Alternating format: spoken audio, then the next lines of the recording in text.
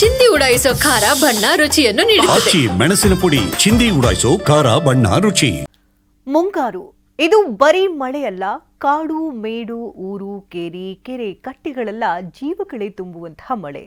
ಈ ಬಾರಿ ಅವಧಿಗೂ ಮುನ್ನವೇ ಮುಂಗಾರು ಕಾಲಿಟ್ಟಿದ್ದು ಪಶ್ಚಿಮ ಘಟ್ಟದ ಸಾಲಿನಲ್ಲಿ ಪ್ರಕೃತಿ ಸೊಬಗು ಹೆಚ್ಚಾಗ್ತದೆ.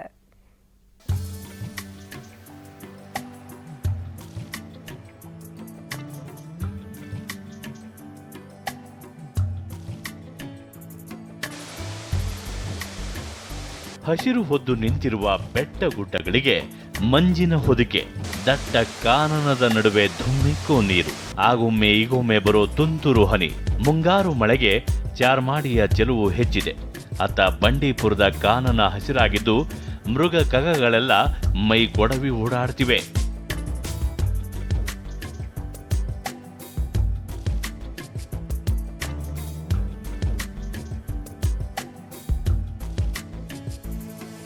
ಚಾರ್ಮಾಡಿ ಚೆಲುವು ಹೆಚ್ಚಿಸಿದ ಮುಂಗಾರು.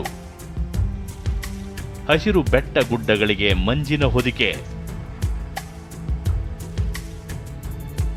ರಾಜ್ಯಕ್ಕೆ ಕಾಲಿಟ್ಟು ಅಬ್ಬರಿಸುತ್ತಿರೋ ಮುಂಗಾರು ಅವಾಂತರಗಳ ಜೊತೆ ಪ್ರಕೃತಿ ಸೊಬಗನ್ನ ಹಿಮ್ಮಡಿಗೊಳಿಸಿದೆ. ಅದರಲ್ಲೂ ಪಶ್ಚಿಮ ಘಟ್ಟಕ್ಕೆ ಹಸಿರು ಉಡುಗೆ ತೊಡಿಸಿದ್ದು ಹಸಿರುಡುಗೆಯಲ್ಲಿ ಚಾರ್ಮಾಡಿ ಘಾಟ್ ಕಂಗೊಳಿಸುತ್ತಿದೆ. ಇನ್ನು ಬೆಟ್ಟಕ್ಕೆ ಆವರಿಸಿರುವ ಮಂಜು ಚಿಕ್ಕಮಗಳೂರು ಜಿಲ್ಲೆಯಲ್ಲಿ ಸ್ವರ್ಗದಂತ ವಾತಾವರಣ ಸೃಷ್ಟಿಸಿದೆ. ಕಾಫಿನಾಡು ಚಿಕ್ಕಮಗಳೂರಿನಲ್ಲಿ ಮಳೆಗಾಲ ಆರಂಭ ಆಗ್ತಾ ಇದ್ದಂತೆ ಇಲ್ಲಿನ ಪ್ರಕೃತಿ ಸೌಂದರ್ಯ ಏನಿದೆ ಅದು ರಮಣೀಯವಾಗಿರುತ್ತೆ. ಅದನ್ನು ವರ್ಣಿಸಲು ಪದಗಳು ಕೂಡ ಸಾಲಲ್ಲ. ಏನು ಮಳೆಗಾಲದಲ್ಲಿ ಈ ಚಿಕ್ಕಮಗಳೂರು ಜಿಲ್ಲೆಯ ಪಶ್ಚಿಮ ಘಟ್ಟ ಸಾಲಿನಲ್ಲಿ ಒಂದು ಅದ್ಭುತವಾದ ದೃಶ್ಯ ಕಾವ್ಯವೇ ಸೃಷ್ಟಿಯಾಗುತ್ತೆ. ಅದು ಪ್ರಕೃತಿಯೇ ರಚನೆ ಮಾಡುವಂತಹ ದೃಶ್ಯ ಕಾವ್ಯ. ನಾವಿಲ್ಲಿ ನೋಡ್ತಾ ಇದ್ದೇವೆ. ಏನು ಹಸಿರು ರಾಶಿಯ ಮೇಲೆ ಮಂಜಿನ ಚಿತ್ತಾರಗಳನ್ನು ನಾವಿಲ್ಲಿ ನೋಡ್ತಿದ್ದೇವೆ.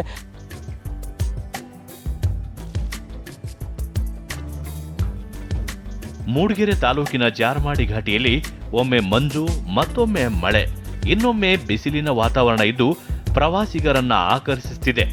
ಇನ್ನು ಅಲ್ಲಲ್ಲಿ ಸೃಷ್ಟಿಯಾಗಿರುವ ಜಲಪಾತಗಳು ಧುಮ್ಮಿಕ್ಕುತ್ತಿವೆ.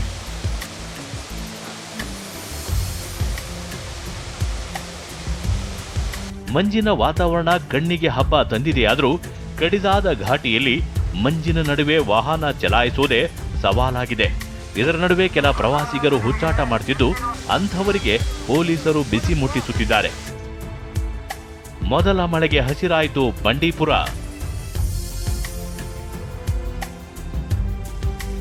ಇನ್ನು ಮುಂಗಾರಿನ ಮೊದಲ ಮಳೆಗೆ ಬಂಡೀಪುರದ ಹುಲಿ ಸಂರಕ್ಷಿತ ಅರಣ್ಯಕ್ಕೆ ಜೀವಕಳೆ ಬಂದಿದೆ. ಚಾಮರಾಜನಗರ ಜಿಲ್ಲೆಯಲ್ಲಿ ಉತ್ತಮ ಮಳೆಯಾಗಿದ್ದರಿಂದ ಬಂಡೀಪುರ ಕಾಡು ಹಸಿರಿನಿಂದ ಕಂಗೊಳಿಸುತ್ತಿದ್ದು ಕಾಡಿನೊಳಗಿರುವ 400ಕ್ಕೂ ಹೆಚ್ಚು ಕೆರೆ ಕಟ್ಟೆಗಳು ತುಂಬಿವೆ.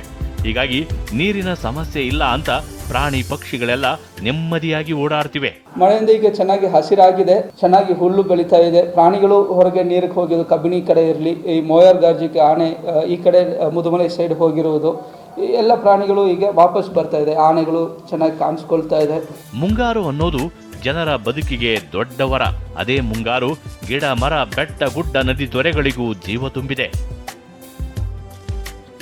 ಚಿಕ್ಕಮಗಳೂರಿನಿಂದ ಅಶ್ವಿತ್ ಮಾವಿನಗುಣಿ ಜೊತೆ ಸೂರಜ್ ಪ್ರಸಾದ್, TV9 ಚಾಮರಾಜನಗರ.